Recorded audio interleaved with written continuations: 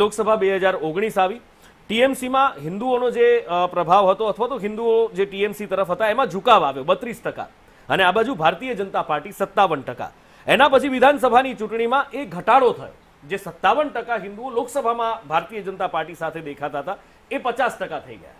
અને આ વખતે એ આખું ટર્નઆઉટ બહુ મોટું થયું છે એવા એક આંકડા, એવા સૂત્રો તરફથી માહિતી મળી રહી છે. તો એના માટે તમે કર્યું શું, મારે એ જાણવું છે. કર્યું શું કરતા આ વખતે ચૂંટણી પંચ સીઆરપીએફ દ્વારા જે સુરક્ષા આપવામાં આવી, અને આપ ઓન ધ રેકોર્ડ જોજો, ભવાનીપુર વિધાનસભાની વાત કરું જ્યાં હું જઈને આવ્યો છું, ત્યાં લોકલ ગુજરાતના અને રાજસ્થાનના અથવા પંજાબના જે પણ મતદારો ત્યાં રહે છે એમનું મતદાન માત્ર 40-45% થતું હતું, વધીને 45% થતું હતું.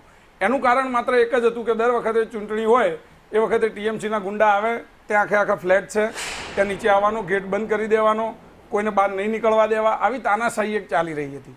આ વખતે સીઆરપીએફની જે સિક્યુરિટી હતી અને ચૂંટણી પંચ દ્વારા દરેક જગ્યાએ સીઆરપીએફના માર્ચ પણ કરાવવામાં આવ્યા હતા. એ જોઈ ગુજરાતી, રાજસ્થાનના હોય, પંજાબના હોય, લોકલ હિન્દુ પણ હોય, લોકલ હિન્દુ પણ જેમને ખુલીને મત આપવો છે તે બુથ સુધી ગયા. અત્યાર સુધી હિન્દુઓ વોટ આપતા નહોતા, બિલકુલ ગભરાતા હતા. મેં તમને આંકડા આપ્યા, બિલકુલ ગભરાતા હતા. મેં તમને આંકડા આપ્યા ને, એને એનું બોગસ વોટિંગ પણ થતું હતું ને, એસઆઈઆરના કારણે એ આંકડામાં આખો ફરક આવ્યો છે. પવનભાઈ સાંભળો તો ખરા, તમે મેં જે આંકડા તમને કહ્યા કે એ 50% હતા, 57 હતા, એમાંથી 50 થયા, ફરી પાછા એ આંકડો ઘટ્યો. તો એને તમે જે ટર્નઆઉટ કર્યું, ચલો સીઆરપીએફે કર્યું, આ તે ગૃહમંત્રીએ કર્યું, એ વાત બરાબર છે કે સિક્યુરિટી આપી ત્યાં આગળ, પણ એને પોતાની તરફ આકર્ષવા માટે તો કંઈક કર્યું હશે ને. એવું તો નહોતું કે બંગાળમાં વોટિંગ થતું નહોતું. જો જેમ તમે કીધું કે અમે 80-85% તો થતું જ હતું. બિલકુલ. તમે અને હિન્દુ એવી ડરપોક કોમ નથી કે વોટ આપવા ન જાય. ડરપોક નહીં, ત્યાંની જે વોટ આપવા તો જતા વોટ ના આપવા દેવામાં આવતા હતા. હા, વોટ આપવા ત્યાં બૂથ સુધી પહોંચવા જ નતા દેવામાં આવતા. મારો બહુ સિમ્પલ, પવનભાઈ, બહુ સિમ્પલ સવાલ છે.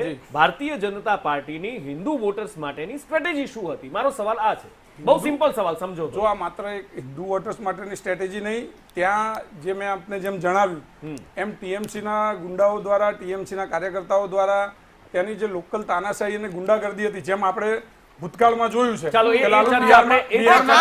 બિહારનું જંગલરાજ, આજે પણ લાલુ પ્રસાદ યાદવ, એ ચર્ચા થઈ ગઈ, એ તમે જવાબ આપ્યો. આજે પણ આવે છે. પવનભાઈ, એક વાત કહું, એક તમારા વખાણ કરવાનું મન થાય છે કે તમે આગળ જતા મોટા નેતા ચોક્કસ બનશો એવું મને લાગે છે. કારણ કે મેં ઘણું બધું ફેરવીને પૂછવાનો પ્રયત્ન કર્યો કે અંદરથી કંઈક વાત તમારી જે મને ખબર છે તમારા મોઢે કઢાવું, પણ તમે ના બોલ્યા એટલા માટે માન થઈ ગયું ને એક આશા છે કે આગળ જતા મોટા નેતા બનશો. ખેર, વિજયના ઉત્સવ હવે શરૂ થવાના છે અને આગળ પણ રંગ ચૂંટણીના કેવા છે, વિજયના એ ઉજવણીના રંગ કેવા છે ને એની સાથે સાથે હજી આ રુઝાનના આંકડા છે. વિજય હવે શરૂ થવાનો છે, ક્યાં કોણ કેટલી લીડથી જીત્યું છે એ આંકડા પણ રસપ્રદ રહેવાના છે. દરેક અપડેટ સૌથી પહેલા, સૌથી ઝડપી સંદેશ ન્યૂઝ પર બતાવતા રહીશું. એક નાનકડા